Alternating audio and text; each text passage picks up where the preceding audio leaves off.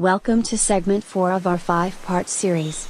Our two intrepid consultants, Jill and Paul, are calibrating simulation models according to updated federal guidance on data-driven simulation analysis.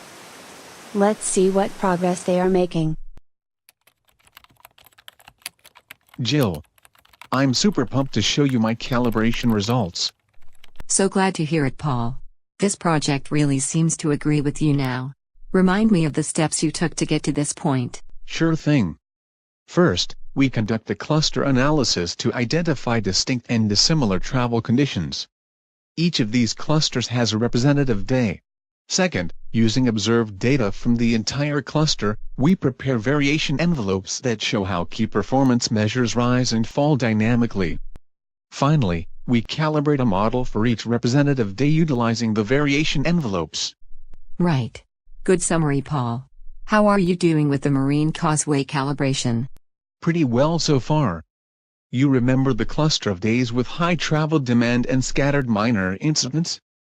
Here's the travel time chart for the Komodo tunnel route in that cluster. This chart shows observed field data, correct? Exactly.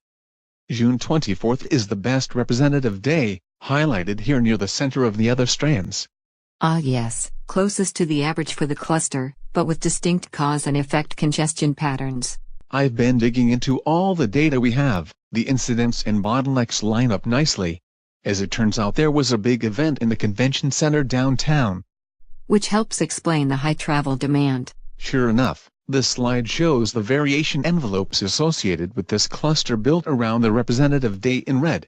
The green thick bands capture 95% of the variation. The thinner purple bands capture 2/3 of the variation.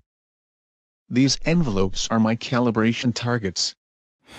Okay, but the updated federal guidance requires more than just mapping simulation results into these bands, and making a subjective call on what looks okay. What is your calibration process? Here's my calibration process. I'm focusing on the time dynamics of flow rates around bottlenecks, and travel times on the two main routes. My model must meet all 4 calibration criteria for bottleneck throughput and travel times on both routes. Is this taking a lot of time? It does take some work, but I'm glad to be spending focused effort on the measures and routes that really matter. Good. Is your model of June 24 calibrated? Nearly so. I've met all the criteria for bottleneck flow rate dynamics. I'm also good for the Victory Island Bridge route travel times, but I'm not quite there yet with the Komodo tunnel travel times. I'd like your advice on how to proceed. I am all ears. Bring it on. Okay. Let's consider each calibration criterion. Here's criterion number 1. 95% of all the simulation results must fall into the thick band variation envelope. At most, one simulated result can lie outside the thick band. I get it. This criterion controls for outliers. Here's the result of mapping my simulated results into the thick band variation envelope. The dotted lines define the thick 95% bands. My simulation results are the orange triangles. Only one of my simulated results falls outside of the thick band. I pass criteria 1. Okay. 1 down. 3 to go. Here's criterion number 2.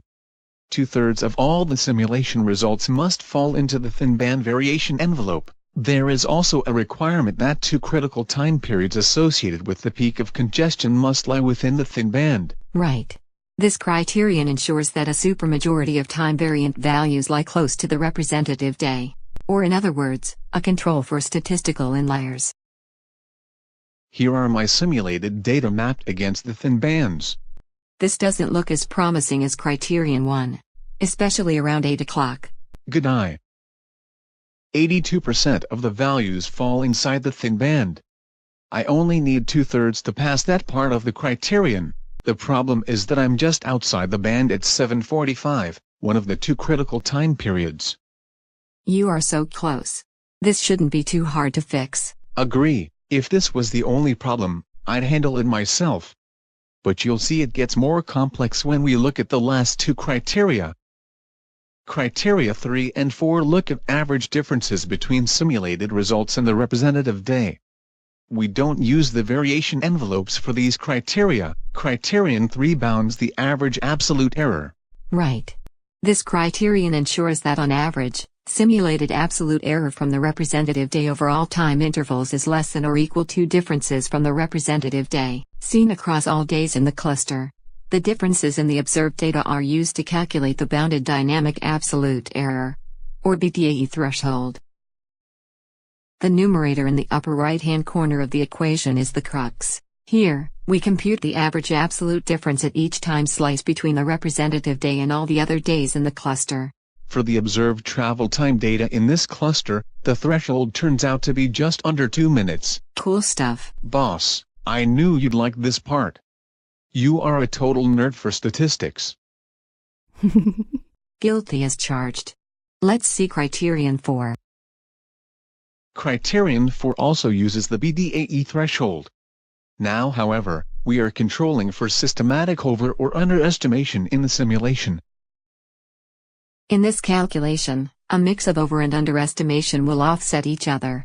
However, I predict trouble for a simulation that is consistently either higher or lower than the observed data. That's exactly the trouble I'm in.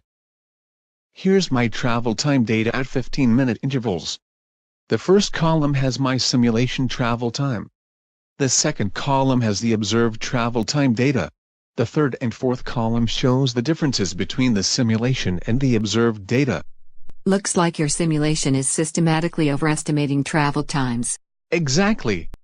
I'm fine for criterion 3.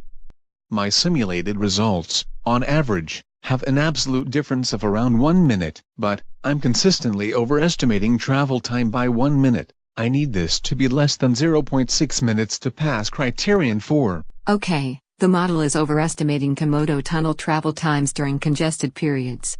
How are you doing on the other route, the Victory Island Bridge? I'm very close there, and not overestimating. Tweak parameters related to speed at capacity around bottlenecks on the Komodo tunnel route. That should bring travel times down a bit, without impacting travel times on other routes. Great idea. A targeted change to the Komodo tunnel route makes a lot of sense, rather than changing a global parameter.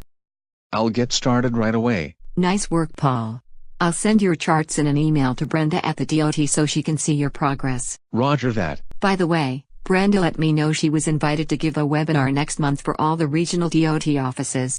Our project is the first application of the new federal guidance in the state. Brenda would like to have us help develop the webinar and take questions at the conclusion. Great news. I've never been invited to attend one of these prestigious webinars. I'm going to pump some serious iron so I can be in awesome shape for the webinar. In the final segment, we'll watch Brenda's webinar on the Federal Highway Administration's update to its guidance on traffic microsimulation. See you in episode 5.